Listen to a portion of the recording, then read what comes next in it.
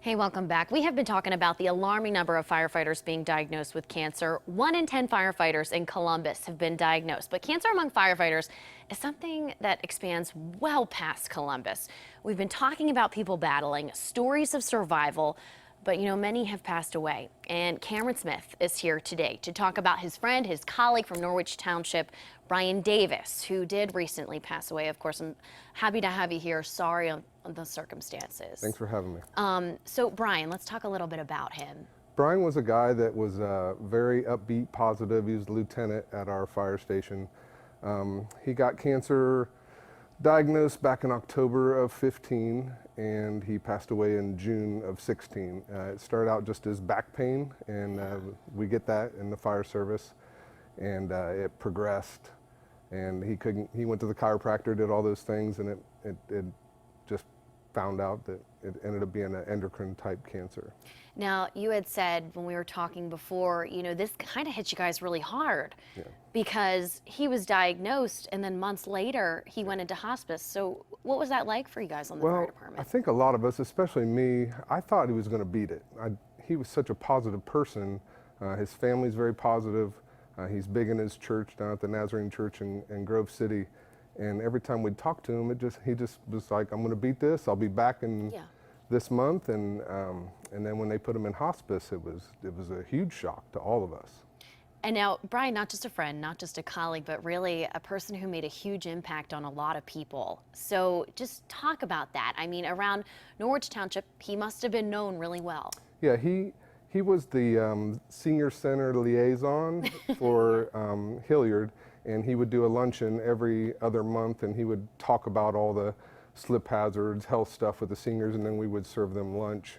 And he really loved that. He loved kids. Anytime we had tours, he was the first one to go out there and be with the kids. He was always smiling. You'll see in some of the pictures that he always had a great smile, and that's just what he was. And he was a good friend. If you had problems raising your kids or family stuff, he was always there to listen to and sound off to. Now, you said he was so well known around the senior center. Did he ever tell you why that meant a lot to him? It's just he loved to give back. That's all his whole life was about, giving back. I've said many times that people want to make a mark in life, that you should, when you pass away, that people remember you. Well, I said he left a gash. He didn't leave a mark. And there's thousands of people that he touched out there. And, just a horrible circumstance. But talk about, because I know that firefighters, you guys just love your job. I mean, it's why you do everything that you do. Talk about his passion for the job and some experiences that you guys had together. He loved it. A lot of times he was a lieutenant, but if we had an extra person, if somebody was on overtime, he would jump over and ride the medic. We had a lot of fun doing that kind of stuff. He loved to, I remember one particular time, we went to an elderly lady's house and we were just checking her out. She just didn't feel right. We stayed there for a half hour and just talked to her, and she just wanted kind of somebody to talk to, and he was just that guy. And he would hang your blinds for you, or whatever. He would do anything. He was just a hero on so many different levels, right? No matter what you needed. Yes. And he does leave behind a family. He does.